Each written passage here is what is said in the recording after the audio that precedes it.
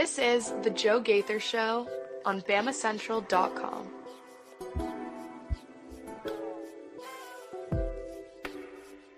Good morning, Tuscaloosa, Internet world, West Alabama. How are we doing today on a Thursday? Happy Rose Bowl Day. Happy New Year's Day. It's the first day of 2026, and I hope you and yours are ready for a big, big year right here on the Joe Gaither Show. We're live on the BamaCentral YouTube channel, on the BamaCentral Facebook page. You're listening to us on Apple Podcasts, Amazon, Spotify. We appreciate everybody who subscribed, rated, and reviewed the show right there. You can find the show right here in the Derek Daniel State Farm Studios. Find him off McFarland Boulevard. Call Derek for all of your insurance needs at 205-758-3391. Like a good neighbor, Derek Daniel is there. And we're also proudly presented by Purple Turtle Roofing. You can find Purple Turtle Roofing. Call them at 877-787-6635 for your free roof inspection today. But today it's all about the Rose Bowl. We've had a lot of fun already this week. We talked to Daniel Flick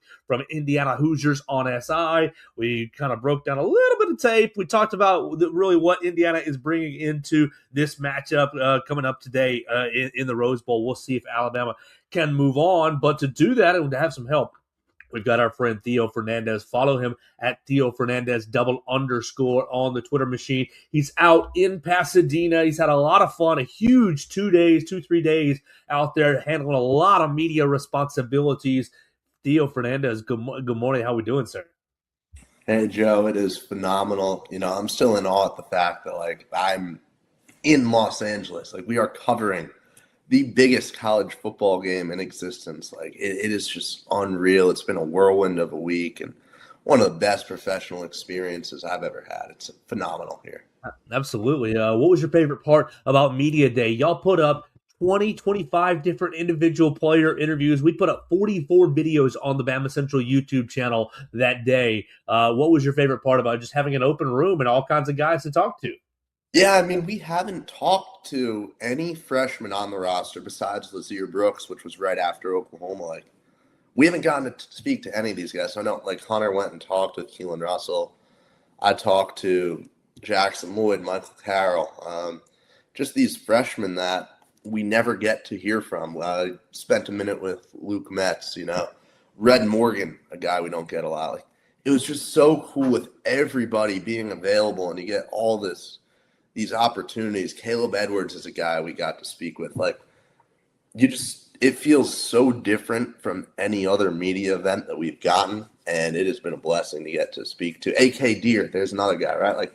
We haven't heard from these guys forever. We don't know when the next time we'll get the chance to talk to them is. So it was just a phenomenal, the 45-minute timer went off and we could run wild. And I don't think I've ever had a faster 45 minutes. I remember at one point I checked the timer and it said 20 minutes left. And I was like, I feel like I've been here 10 minutes because you're just running from one player to the other, getting, spending 5 minutes with them. And it just flies by so fast. It was incredible. We encourage everybody to check out all those videos on the BamaCentral YouTube channel. Theo, Hunter, and Katie did such a great job. Theo, why don't we start with the voicemail line? We'll get Dax's prediction and his thoughts on this game right here to kind of lead us off. I know that he called actually, I believe, on Tuesday after Alabama's basketball game on Monday beating Yale. I think he wants to talk about this game. We'll use his voicemail. You can call it 205-462-7340 extension 800 to kind of spin our way into the Rose Bowl. We'll have some general thoughts, and then we'll do the traditional Friday segments on Thursday. We'll talk about our keys to the game, Alabama and Indiana at 3 o'clock. We'll talk about our keys to the game, our 3 players to watch, and we'll make our picks for the college football playoff.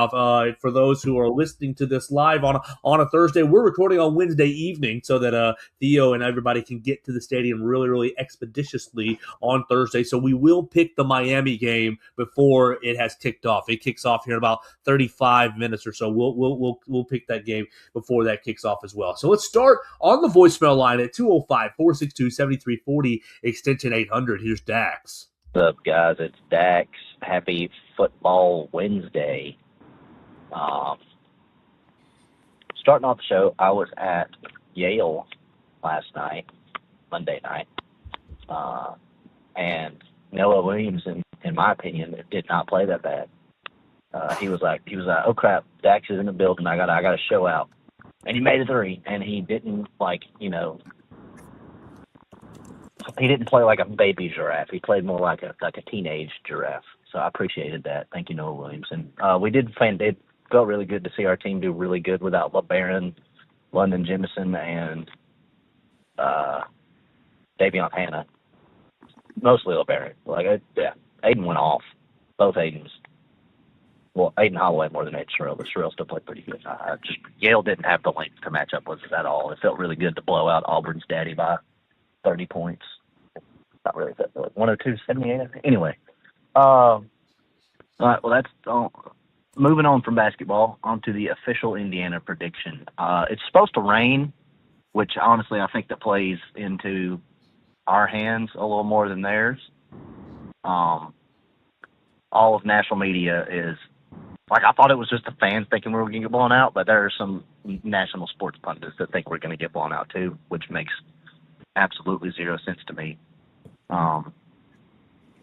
I think we're going to be able to handle Indiana's pass rush more than the teams that Indiana has played, because we went against Oklahoma's pass rush very well this last game. We handled Georgia's pass rush pretty well in the regular season. We're healthier than we've literally been all season. Ryan is starting to, I saw a couple practice videos. Ryan's actually watching the ball into his hands when he's catching it. Of course, we've been seeing that all season, and when he gets into game time, he just had weird drops. But I mean, it's fine. Ryan's got next year too, but I mean, he's due. He is due for a big game. He is very, very due for a big game. This would be the one where we really, really need it. Then again, if it rains, I don't. Yeah. That means Daniel Hill and healthy 100% Jim Miller should have a day if our offensive line actually wants to get down and dirty and start run blocking. That would be really nice. But we got a healthy O-line now. Continuity is back. And we saw earlier in the season what O-line continuity can do for our run game. Makes it not an eyesore. I think we're going to limit Fernando Mendoza pretty well. I mean, against the 3 teams with a pulse that he's played this year, he threw for under 240 yards and pretty sure he had his 5 interceptions in those 3 games. I don't really know. I haven't watched Indiana football. So, all that being said, I think our offense is going to put up 23 points. Super weird number. 23. Indiana's going to put up 21. I think it is going to be an insanely close game. But we're going to come out on top. So, looks like we're going to the 3rd round of the playoffs, according to me. I mean, I've been homering out all year. I'm not Josh Pate, so I'm going to stick with Bama, obviously. So, 23-21. Roll Tide, boys. 23-21. Alabama handles Indiana's pass rush a little bit better and gets the running game going. Theo, what do you make of Dax's prediction? Okay, first off, I've got to backtrack 1 second. Noah Williamson, his good game was 3 points on 1 of 3 shooting with 4 fouls in 11 minutes. Come on. Noah Williamson, even when people's... It was a fun thing that I saw on Twitter where people were like, oh, Noah Williamson played solid. He just didn't have any lowlights. That's the only reason we're talking about that. That was unfortunate, but Alabama-Yale was a fun game. Back to what Dax said, and one of what I think the biggest points of this game is, and something that I disagree with, that I've heard from Dax and that I've heard from other people surrounding this game. I don't see how this weather benefits Alabama. I've heard this take a couple times. Why would Alabama want to be in a position where throwing the ball is going to be even harder? If Alabama wins this football game, it is going to be because Ty Simpson can throw this football.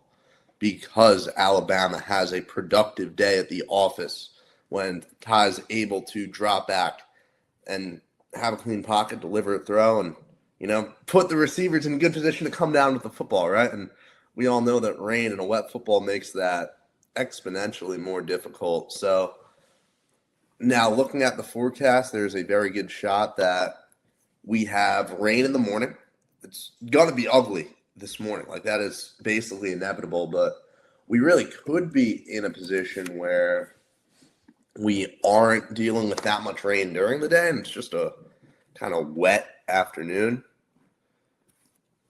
Excuse me. It's hard to say how that's going to affect. It's hard to say what that'll do, but I think if I'm Alabama, I want the traditional, clean weather day. I know that Katie wrote about the rain this morning on BamaCentral.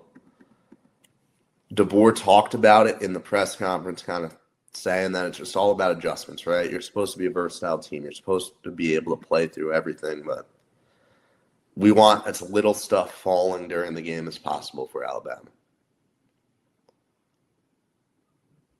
Yeah, I don't know. I'm with you. I think that people who are making takes about the rain are being mostly just hopeful about their own teams, whether it be the Indiana side or the Alabama side. I don't really think it gives a huge advantage to either side because I don't really think either of these quarterbacks have massive arms, but I don't think either of them have bad arms by any means. I think that Ty does have sometimes some accuracy issues. Mm-hmm. But I think that either quarterback having to throw into it, really what I think it would give the advantages to is to the offenses as a whole over the defenses. Whereas I think you've got two pretty strong defenses in this game. And so maybe that does give an advantage more to Indiana because I think that if you can diminish any of Alabama's defensive kind of maybe abilities, then that can open you up to score more points. I think really what you're looking at is making sure the cleats are all right. Wear the right spikes. You're slipping and sliding around. Wear the right spikes. Alabama, if you're playing a lot of man coverage, are you going to slip and fall off a guy? And is Mendoza going to deliver a football? Maybe it does give Indiana more of an advantage. I look, you're not going to really looking to run the ball a whole lot anyways. I think you'll probably be looking for 75, 85 rushing yards. If you can get over that, if you can get to the 130s, I think Alabama's high because Power 4 was Auburn 143, 146. If you can get to 120 on the ground, then whether it's raining or not, I think you're feeling really, really good about it. I think that this is going to be a really, really tough game for both sides. I'm having a really hard time deciding how I think it's going to go, Theo, because I'm having a really hard time measuring Indiana's just ability to execute at such a high level and how balanced they are on offense. Because I think they're really, really balanced. I don't think they're exceptional throwing the football, but I don't think that they're exceptional being A plus, but I don't think they're B plus at throwing the football. I think they're right at A minus, and then running the ball, I think they're right at A minus right there as well. I don't think they're the greatest rushing team ever. I think their offensive line is pretty talented, pretty strong. I think you've got a little bit of a weakness right at right tackle, just a little bit, but not much. Let's acknowledge they are big, the O-line. Yeah. Average weight 320 pounds. They're a big unit.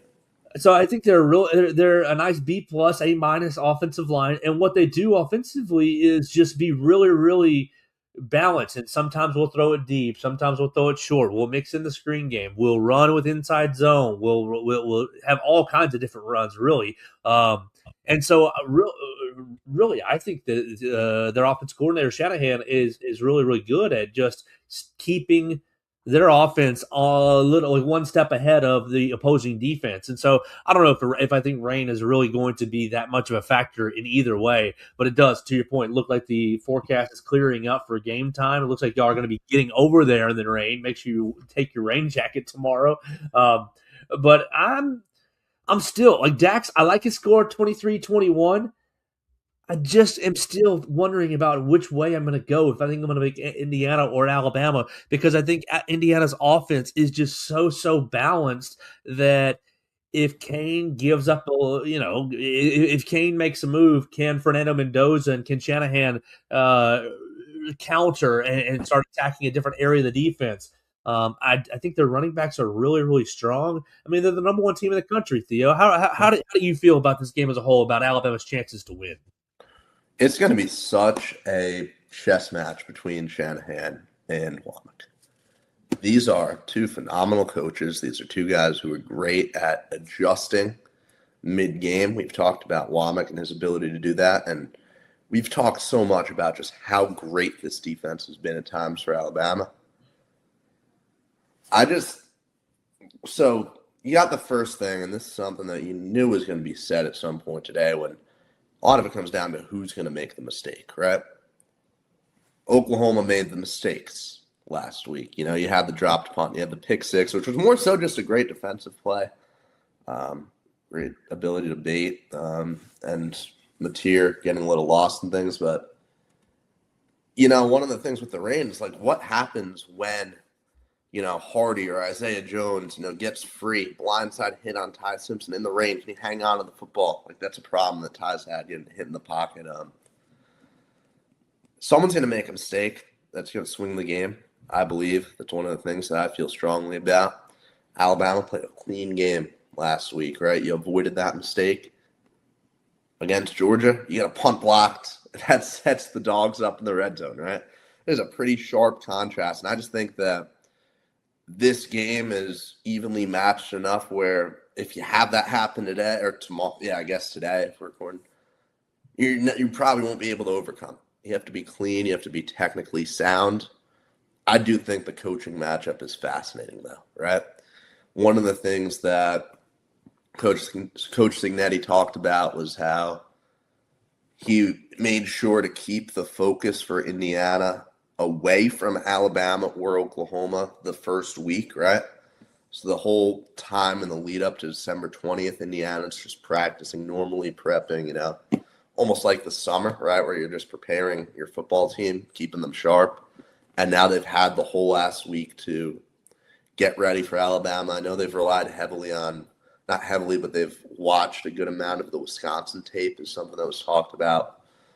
Mendoza analyzing how Ty, or not Mendoza, but the team analyzing how Ty played against the Badgers defense, because that's a common opponent. As a whole, I feel like this game will be close. However, I do think that there is the potential for Alabama to come out ugly.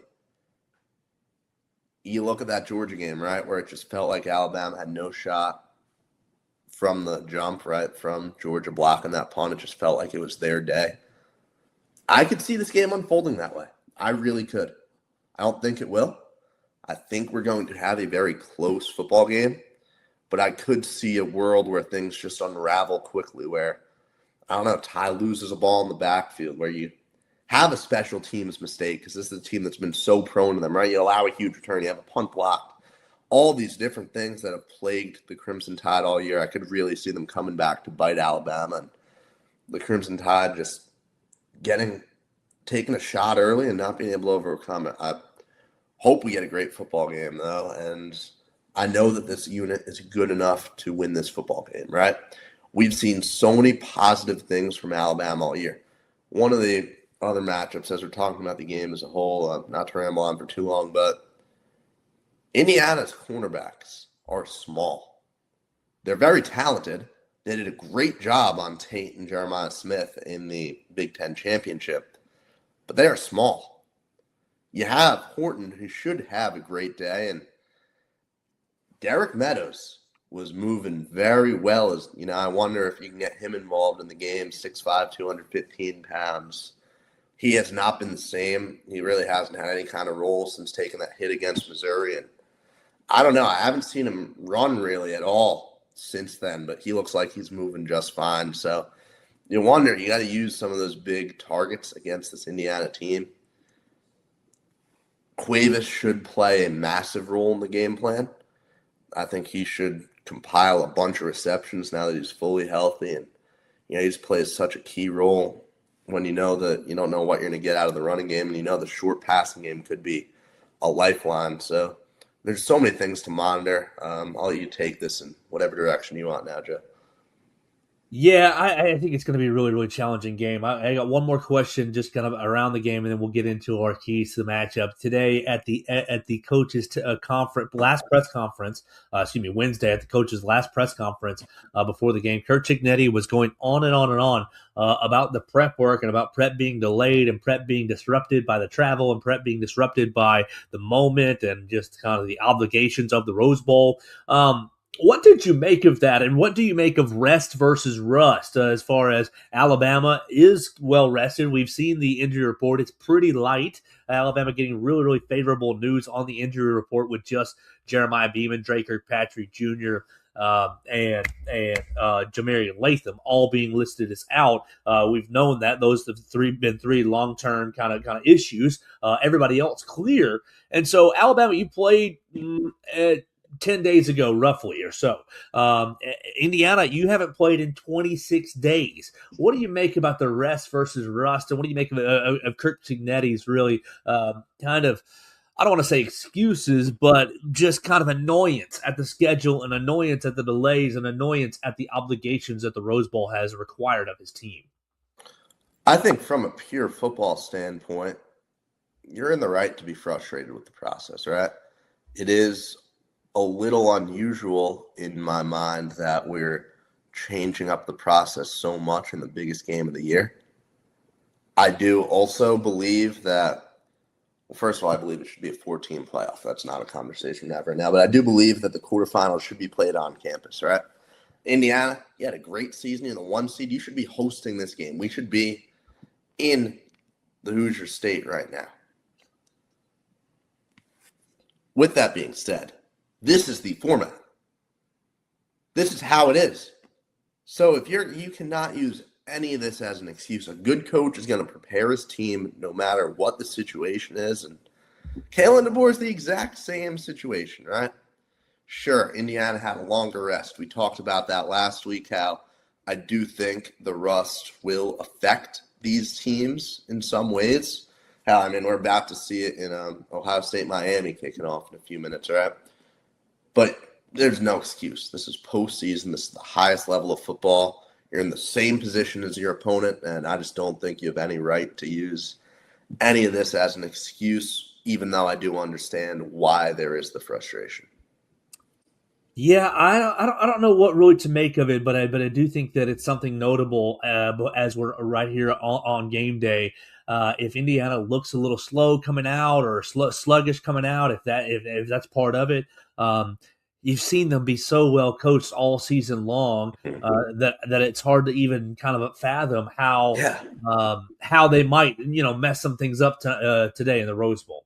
And Cignetti did talk multiple times about how he thought the practice that they had yesterday, or I guess on Tuesday for context, he said it just was not up to their standards. And he said that he felt so much pressure on this Wednesday practice and preparation to go right because, it did not go well. And, that was a pretty revealing thing that he said. It was probably the most substance of anything that was said in what was pretty much a joke of a press conference, if we're being real. That's the biggest headline. Yeah, the press conference was ridiculous. They'd already talked for so much. It's silly to make them do it again on Wednesday morning. Let's get right into our keys to the game here. Before we do, we want to remind you that at Purple Turtle Roofing, we're not just another contractor. We're your neighbor and your advocate when it comes to protecting your home or business. With years of hands-on experience, top-tier certification, and a commitment to excellence, we've built a reputation as Alabama's go-to roofing solution. Call Purple Turtle Roofing today at 877-787-6635 for your free roof inspection today. We specialize in residential roofing, commercial roofing, emergency storm repairs, full-on roof replacement, insurance claims support, and more. Once again, call them at 877-787-6635 for your free roof inspection. Purple Turtle Roofing. All right, Theo, you're going to be out there covering it for BamaCentral.com. Follow him at Theo Fernandez _. What are your keys for Alabama in the Rose Bowl? Well, the first one, which I talked about earlier, because I think it really is the most important thing, don't make the dumb mistake. Don't get the punt blocked. Don't, lose the ball in the backfield on strip sack. Like, it's just – and so much of that comes down to luck, right? But just get your, we've had shuffling on the punt, blocking assignments that have led to confusion. Like, just get it straight. You're in the postseason. You have no excuse to be making these kind of mistakes because that could swing the game and end your season. You saw it a week ago with Oklahoma. Or without those Oklahoma mistakes, Alabama is watching this game from the couch. You can't afford that. There's no room for it, and there certainly is no room for it against an Indiana team that's been so smooth all year. Number 2 is going to come down to the running backs. It's going to be pass protection and ability to just hit those blocks and set up Alabama with reasonable down and distances. I'll talk more about this when we get to our key players, because one of my key players ties into that, but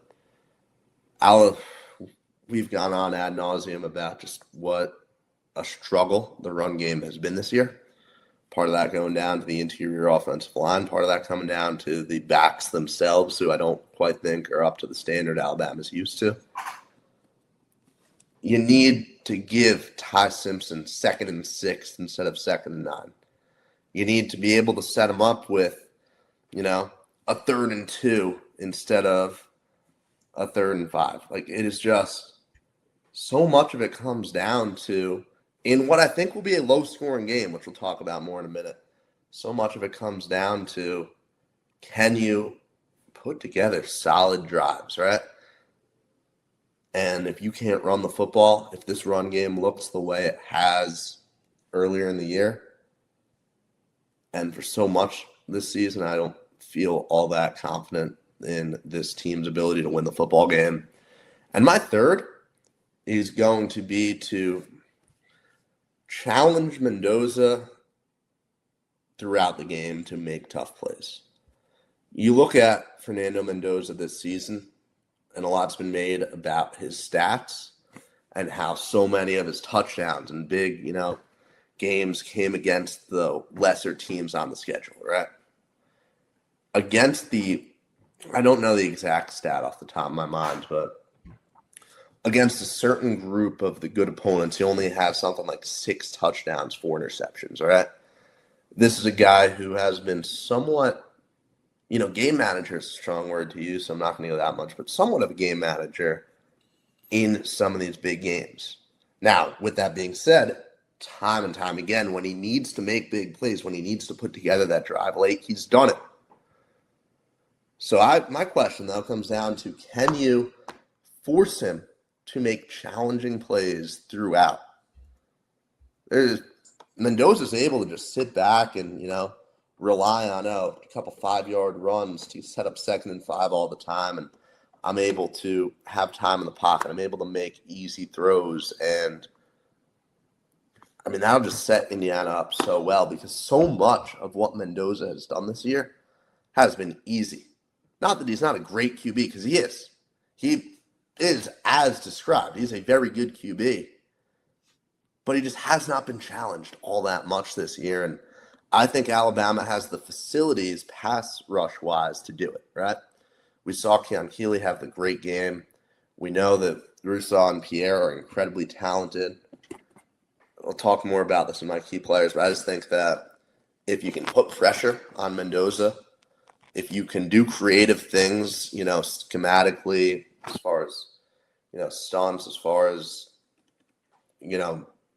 giving him different looks that he hasn't seen, I think you can bait him into making some bad throws. I think you can really make his day challenging and prevent Indiana's offense from doing what it's done in some of these games where they just run away with the game. Yeah, I think you hit all over it, Theo, basically by, with your make the mistake, get the running game going just enough and pressure Fernando Mendoza. I think all 3 of those are reading right from my top, honestly, my top 3 for me as well. I'll pivot and I'll go to Ty Simpson. I think Ty Simpson, you've got to live in kind of the danger zone where you've got to anticipate things, Ty. You've got to rip it like you did the second part of the Oklahoma game, as you did really the second through fifth or sixth week or so of the season, when you were not playing so careful, when you were not playing to, I don't need to make a mistake, when you were just see man throw the ball. I think he was at his best, really, when he was just playing the game and not thinking too much. And I know that he really likes to get Alabama, tries to get Alabama into good plays before the snap, and I think that's one of his strengths. I do. But I do also think that sometimes makes him think too much. And I wish that, he would try to find the balance between thinking too much and just playing. Because I think when he does strike that balance of, hey, I know what they're doing, I'm just going to rely on my instincts. I know what we're doing. I'm just going to read the play and play football. I think when he is kind of in that balance, he is still a really, really dangerous quarterback. So to me, you got to have Ty Simpson ripping it at the Rose Bowl on Thursday. So that's number one for me. I love your creative takeaway, and I love your get after it. Put some pressure on Fernando Mendoza. But since you already said that, I'm going to go a little more umbrella and just say make Mendoza have to throw in tight windows. When you play man coverage, when you are blitzing, you got to stick with your man. You got to make Mendoza maybe second guess himself just a little bit. I don't think he's done that too much. I don't think he's had to do that a little too much. I think he's been able to sit in the pocket, wait for a guy, or wait for reads, or wait for patterns to kind of break free and then deliver the football. I think if you can cover on the back end really, really well and be really, really aggressive, then maybe you do buy an extra time. Buy a little bit of extra time for the rush to get back there to Fernando Mendoza. So for me, I guess number one, let Ty Simpson rip it. Number two, you've got to cover well on the back end. And number three, you already talked about running the football. I think that's going to be so huge because I think you need to do it just enough. So for me, number three, I'll go to special teams. You've got to keep getting the right Connor Talty. You can't let a punt get blocked. You've got to cover punts. You've got to cover kicks at a very efficient rate. So I think that stealing from Miss Katie Wyndham, you've got to avoid a special teams blunder. Play at least baseline on special teams because, look, if you give them easy field position, they'll cash in. Their field goal kicker is really, really good as well. I think he'll miss his only kick of the year in the Big Ten championship game. So it's going to be a dogfight, and I think that if you're able to do these things, let Ty Simpson, if Ty just is able to live in the moment and play football, then I think he'll be effective enough. They're going to play a lot of zone coverage. Ty just dissect the zone, read the zone, deliver the football. Let the play shoot. I guess the other end of that, the wide receivers have to try to avoid some of the drops, have to actually bring the ball in. But then you've got to cover really well on the back end defensively, and you got to play really well on special teams. Let's keep rolling here on the Joe Gaither Show on a Thursday edition. We're talking about the Rose Bowl, and we're about to get into three players to watch. But before we do, we want to let you know the program is brought to you by Derek Daniel State Farm Insurance. Call him at 205-758-3391 for all of your insurance needs. Like a good neighbor, Derek Daniel is there. All right, Theo, you said you want me to go ahead and make my three players to watch. Okay, so yesterday we had Daniel Flick join the program, and he picked for the Indiana Elijah Surratt, wide receiver Elijah Surratt, edge rusher Mikhail Kamara, and cornerback 2 Jamari Sharp, not Pons, but Jamari Sharp, not D'Angelo Pons, but Jamari Sharp, because he thought Pons is gonna do his thing. Can Jamari Sharp hold down whoever the second wide receiver is for Alabama? So for me, my three players to watch. Really, really tough calls here. Really, really tough calls. I'm gonna go with Yanzi Pierre, number one. Because I think that you might have some issues on Indiana's right tackle, and if you're able to get some pass rush to Theo's point in keys, then you're going to help the defense a lot. I think Yanzi Pierre has to have a really, really big game in this game. I think that I'm going to go Deontay Lawson, number 2, because of how balanced Indiana is, and they are really, really balanced. He's going to have to read his keys and be in the right positions all night long. Otherwise, Indiana's going to manipulate him and move him and play action pass, throw a ball in over his head. And I think he's going to get some pass rushing opportunities as well. So Deontay Lawson, Deontay's been huge for this defense, coming up with a key takeaway in key times. Think back to the South Carolina game, getting a takeaway. He fell on the Auburn fumble as well. So really, really getting after it defensively. So I'll go Yanzi Pierre 1. I'll go Deontay Lawson 2. And number 3, to flip to the offensive side, I'm going to go with – you know what? I'll go with Coach DeBoer. Coach DeBoer said Ryan Williams was due for a big game and he thinks that he's got a big game in him, believes in him. I'm going to go with Ryan Williams as well because of really what Daniel Flick was talking about with us yesterday about D'Angelo Pons covering probably Jeremy Bernard. It's going to be a tough cover to get him on Isaiah Horton. But I think Ryan Williams, whoever's playing that number 2, and in this case, I'll take Ryan Williams, will have an opportunity to have a big game. So my 3 players to watch for the Crimson Tide are going to be Yanzi Pierre, Deontay Lawson, and Ryan Williams. I like all those picks, Joe. I'm going to start with Tim Keenan for the same reason you picked Yanzi Pierre, right? We know Yanzi can be such an explosive player. We know that there is a flaw on the right side of that line that can be exposed. Tim Keenan has to step up and ensure that they get as little help on that right side as possible, right? You need to really just be – Tim Keenan's got to be a black hole, right? He's got to absorb guys in. He's got to draw double teams. He's got to really generate pressure up in the middle to really spread out the rest of that line and allow Yanzi or Keeley or Russo or whoever it's going to be. And I think Yanzi's a great choice for that. He's got to make their life easy, right? He's got to give them one-on-ones. I think that Tim Keenan is a capable football player. I think he's been a little underwhelming at times, but I think at the end of the day, this is a big guy. This is somebody who's experienced, who's a leader. It's your time to shine, Tim Keenan. So he's, I think, one of the most important parts of this game for Alabama. Number 2, I'm going to go Dijon Lee. You're here in your hometown, going up against a great receiver in Surratt. I believe it will be Lee matched up with him because of the size, right? Surratt, I think, is 6'2", 6'3". DJ Lee is the bigger guy than Xavier, right? Probably the guy who would match up against him. And hey, Xavier could just as easily be the option, right? Because these are 2 talented cornerbacks playing in their hometown, right? Even Damani Jackson, and choosing DJ as the player, but I think all 3 should be talked about as 2 of them went to high school in this city and the other played college football in this city. It's a pretty big homecoming for these guys. So I just think that Dijon Lee is a really, really tough task ahead of him, a really big one. And all it takes is getting beat one time. And all of a sudden, Mendoza has Surratt on a deep touchdown that can swing the game, right? You have to be on top of things. There's going to be nothing easy against this guy. He's a very good receiver, and freshman has to step up in the Rose Bowl in his hometown. That's a phenomenal storyline, and I'm excited to watch that matchup. I'm split on this third one. There's so many guys that we could highlight. We've talked about Horton so much and the fact that here you are, such a big target on a team that struggled to stop bigger guys.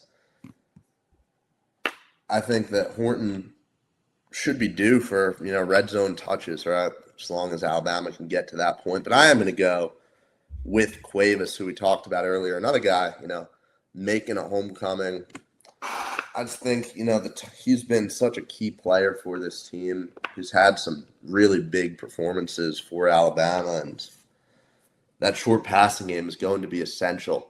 Not to extend this segment too much, but Caleb Edwards is also a guy playing in his home state who is a big target, who can move well, who we've seen some stuff drawn up for him down the stretch in the season. Look, he has 11 receptions on the year, but he's caught passes in 8 different games, right? He's done something most of the time for Alabama. So I'd watch for him to maybe, send him deep, make, a linebacker try to stop him, or make them put one of their bigger cornerbacks on him and just see what that does, even if it just opens up another receiver to get something done. I think Caleb Edwards can provide some pressure. I think I'm expecting big things from both these tight ends. So it's going to be a huge, huge game. You can find it 3 o'clock on ESPN on ABC. You can also find it on BamaCentral.com. Follow Theo Fernandez at Theo Fernandez _. As he's going to be tweeting from the ball game, and one of y'all is going to be doing live updates. I bet you it's probably going to be you, Theo, doing live updates in the Rose Bowl. So make sure you follow the whole crew, Katie Wyndham _, and Hunter DeCyber as well. Theo, let's get right into the picks, man. 4 picks. We'll make it nice and easy tonight. This morning, excuse me. We'll make it nice and easy as we'll start with Miami's big game. Miami is taking on the Ohio State Buckeyes. That's going to be on Wednesday night. So by the time the episode airs, it's going to be already out there. What do you think? Miami is a 7.5-point underdog. Yeah, and I think that's for a reason. And hey, I could look like an idiot when this comes down if Miami competes in this game, but I don't think they will. I like Ohio State by 20 points in this one. I think this Buckeyes team is phenomenal. I think they'll be motivated after the Indiana loss. I think Ryan Day, I trust that he took this time to really get them right. I was thoroughly unimpressed by Miami against A&M. I think that, look, a potential Carson Beck Georgia game in the semifinal would be one of the most fun storylines we'd ever gotten. I don't think it'll come to fruition. I would love to be proved wrong. I'd love to see a fun game here. I don't think we'll get it. Yeah, I'm with you that Ohio State will win. I'm going to take Ohio State to win, but Miami to cover the plus 7.5. I think it's going to be a close game. Let's keep rolling on Thursday morning. You've got 11 a.m. Oregon and Texas Tech. Oregon is a 2.5-point favorite down there at the Orange Bowl in Miami. How do you see Dan Lanning and the Ducks taking on Texas Tech? This Texas Tech team is so good at forcing turnovers. They are a great unit, right? Like, it is a fun team. It's a cool story. I worry about the rust. And I worry more so when you have a team that's less experienced and also that is in a matchup that I believe is very even. And I do believe this is a very, very even matchup on paper. In a neutral site, in a place where neither team will have many fans. I don't know if you've seen, Joe, the tickets are under $30 for this game, which is sad. Again, why we should be playing this on campus. That's besides the point. I think that if Dante Moore can just play a smart football game, Oregon will win this game relatively comfortably. I'm going to go maybe 2-score Oregon victory. I would love to be wrong. I think Texas Tech is a cool story. And, I would love to see them go on a run, but I believe it will be Oregon in this one. Yeah, I'm going to take Oregon as well. I think it's actually not going to be as close. I think I'm going to take Oregon by 10 because I think that I don't think that Texas Tech has seen an offense as good as Oregon's all season long. And while Texas Tech has a really great defense, I think they've maybe made some of their headway off some less than stellar Big 12 offenses, and without really seeing a real solid quarterback all season long. Last game outside of the Alabama game is at 7 o'clock on ESPN. Ole Miss is taking on Georgia in the Sugar Bowl. Georgia is a 6.5-point favorite. This one is hard to see Ole Miss winning. Look, Georgia is just such a well-oiled machine right now. I mean, they're a phenomenal football team. They've beaten Ole Miss already. And what is this Ole Miss team going to look like without Lane Kiffin? Because the Tulane game just doesn't tell us anything, if we're being real. Now, yeah, I mean, you played just about as good without Lane as you did with him. And I don't know how much it affects this team, but I think even if there's no negative effect on losing your coach, Georgia's just too good of a football team. I'll take Georgia by 2 scores. Yeah, I think Georgia's playing really dominant right now. I would take Georgia by the 6.5. I'm not going to go to 2 scores, but I do think that they're going to win by 7-9 is kind of in my range. All right, last game. It's us at 3 o'clock on ESPN. Alabama is taking on Indiana in the Rose Bowl. Indiana is a 7-point favorite, Theo. Well, Joe, if you guys have been keeping score, I do not have a single one-score game out of the first three in the second round. I think this game will change it. I think that these are two pretty evenly matched football teams. Look, Kalen DeBoer addressed it earlier in the press conference. Indiana has a 0 next to them in the record, and that means something. That means that you can say whatever you want about their schedule, about who they've faced, although we have no way to say anything negative about the Big Ten with the way they've owned the SEC and bowl games, with Texas being the one exception, right, over Michigan so far. I think this is a very even matchup. I'm going to go 2017. Alabama wins the football game on a late Connor Talty field goal. Oh, how dramatic would that be? Talked so much about him. He's turned a corner. Katie wrote a nice piece about him. Having gotten to speak to him, and I think gave a lot of people new perspective on him. Like, this is a guy who's been reliable lately, and what a turn! That would be just a phenomenal story, right? If he sends Alabama to the next round. But no, I think this will be an ugly offensive game at times. I think that some offenses will struggle. Offenses will both struggle on many drives, a lot of 3.5s, a lot of trading punts, but I think both will do enough to have this very close game going down to the wire. We've seen both QBs lead game-winning drives, right? Have a lot of success late, so I think it's Alabama's day to make it happen and punch a ticket to the semifinal. Oh, man, I guess it's now time for my business in. I think I'm going to follow Dax, and I think I'm going to follow him to a T, 23-21.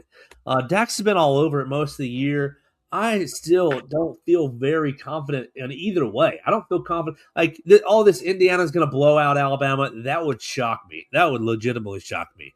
But I do think, look, if Alabama, you fall into a 17-0 hole, Indiana's not going to let you out of it. So you better be on your game from the jump.